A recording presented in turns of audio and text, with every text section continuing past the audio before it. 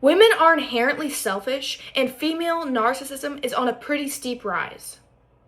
Open your phone, look at any social media platform. You can see endless women talking about how much they deserve, how much their man didn't do for them, why they should leave their man for the next man. They're chasing the top 1%. They're giving the good guys no chance. And it's this endless cycle of hedonism and just self-worship. And quite frankly, 99.9% of these women don't even deserve a look in the eye. Because most of these women that act like this are, I hate to say it, but holding very little value for anyone except their own self-interest. There's a fine line between self-love and self-obsession, self-worship, really.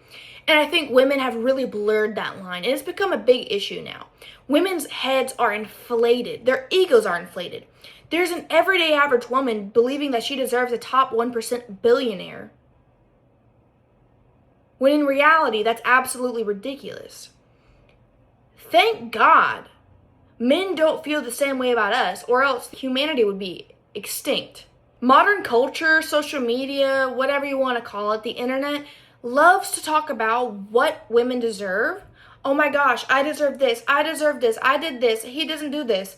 But they never, ever, ever talk about what they owe. I never see women influencers talking about how much they can do for their husbands. Or, oh, here's an idea for Father's Day. I barely see that come up on my feed.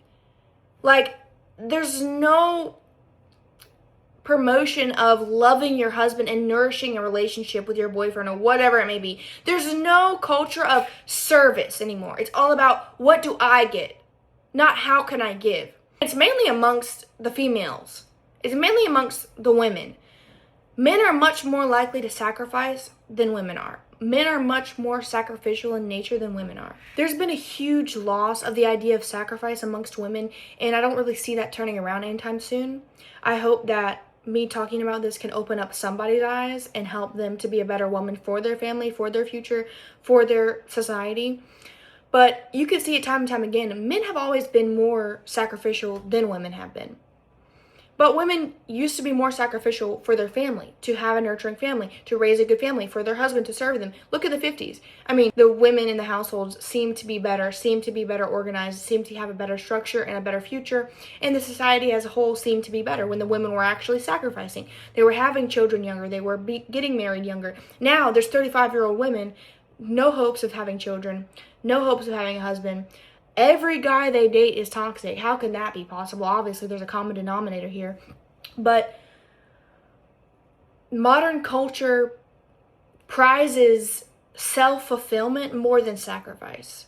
They promote that. Oh, you only live once. You do it for you. If it's not serving you, you don't need to do it. This is so detrimental to any type of human morals possible. In friendships, women are selfish. You can look at a group of girls and you will see the selfishness happening constantly. I don't even know how friend groups stay intact. There's always selfishness going on inside of them. Whether it's something as simple as, I don't want to go to that restaurant, or why are you wearing that outfit? It makes me look like this, or constantly thinking about how they look. It ruins the vibe for everyone.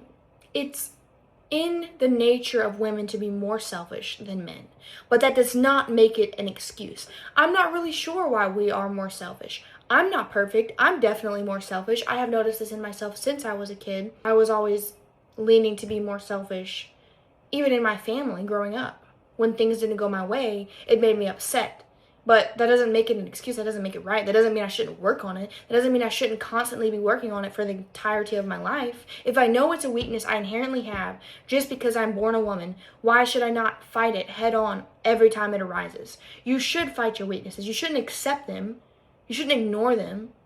Your purpose isn't to be comfortable. Your purpose isn't to be happy. Your purpose is to serve. Your purpose is to produce and raise children as a woman. That's your purpose, dude. What other purpose could be more important than that? Your selfishness, your preferences, your comfortability. There's nothing more important as a woman than self-sacrificing for the people around you. And if your head's not on that wavelength, if your mind is not on that level, you're missing out. You're completely missing out on the purpose of your existence here.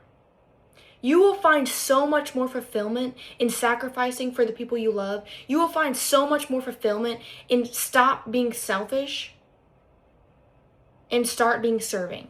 Find something to serve. I think you should be serving God. But you should also be serving a man, a good man. That's the key, a good man.